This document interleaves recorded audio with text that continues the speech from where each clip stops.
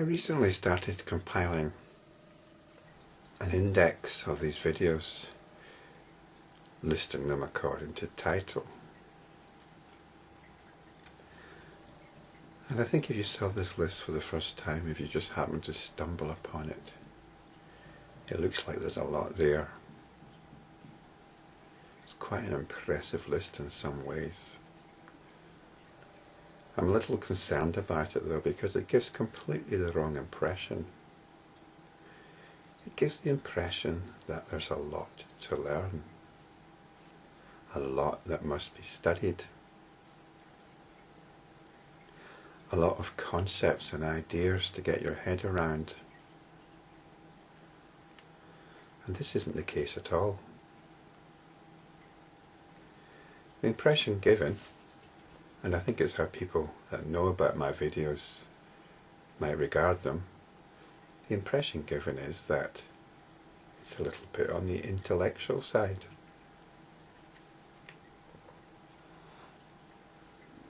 And this is quite unfortunate. Firstly, because I don't regard myself as an intellectual, far from it. I'm not particularly clever. And secondly, there's nothing whatsoever intellectual about these videos. In a way, they're the complete opposite of intellectual, because the point of these videos is so simple. It is so simple that anybody who regards themselves in the slightest bit intellectual will find the main point quite derisory, laughable even.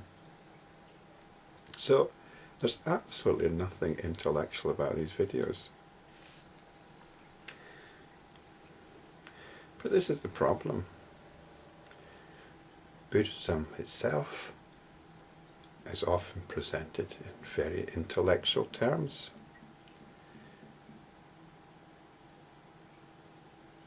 It seems to appeal to a certain type of mind. A mind that likes to get caught up in philosophical speculation.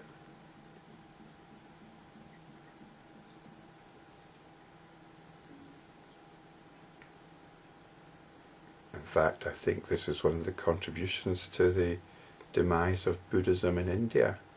It became very scholastic. And within Buddhism itself, this danger was recognized.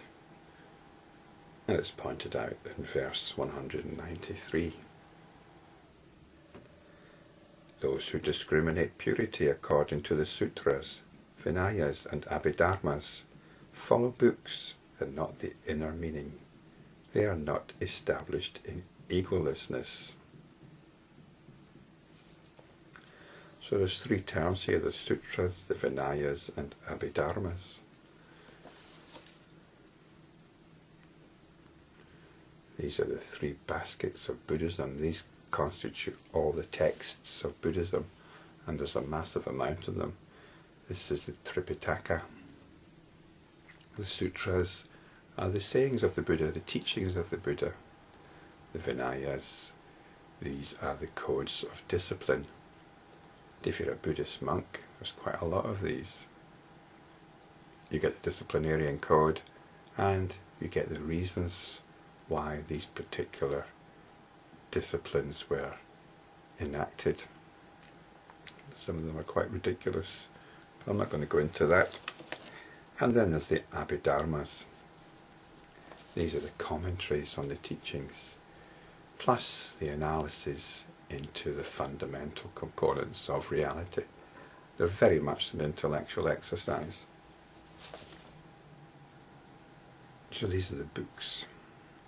And another important factor, apart from the intellectualism, it often goes hand in hand with this desire for purity. It's not actually purity though, it's purification. There's a difference.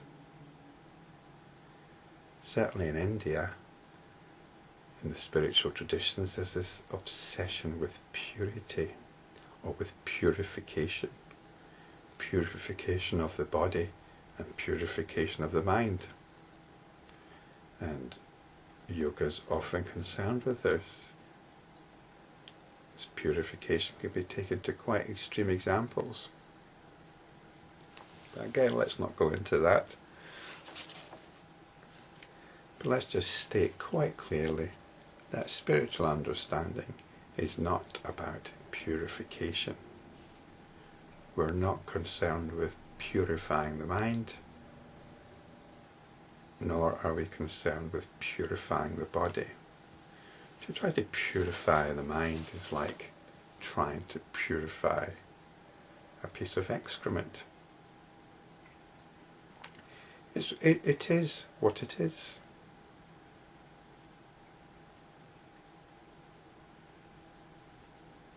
Purity is stepping back from that, stepping back from the mind. Purity is about stepping round the excrement.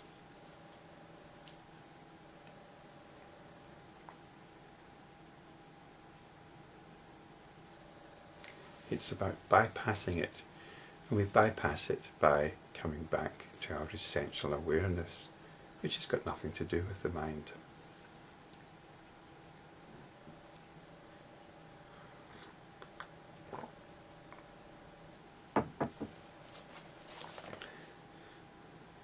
So this book, so this verse is really having a little go at the conventional Buddhist, the Buddhist that is concerned with the teachings and the lifestyles of the Buddhist, and not the inner meaning. And the inner meaning is just what I described as purity, the pure awareness which gives rise to everything, the pure awareness which is hearing this right here, right now.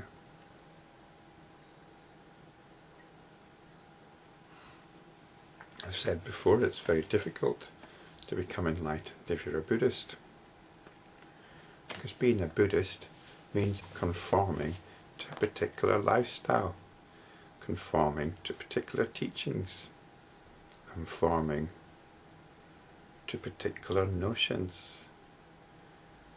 Most people that become Buddhists are interested in changing themselves for the better, changing the world for the better. And that's fine in itself. I don't want to knock it. We want to be grateful to Buddhists for what they do in this regard. They provide lots of wonderful facilities. But this isn't what it's about. This isn't being established in egolessness. This isn't being established in the realization that there is no self to develop. It's still about being preoccupied with the mind and trying to purify what I've described rather dramatically as this piece of excrement known as the mind. You cannot purify it. However, you can bypass it.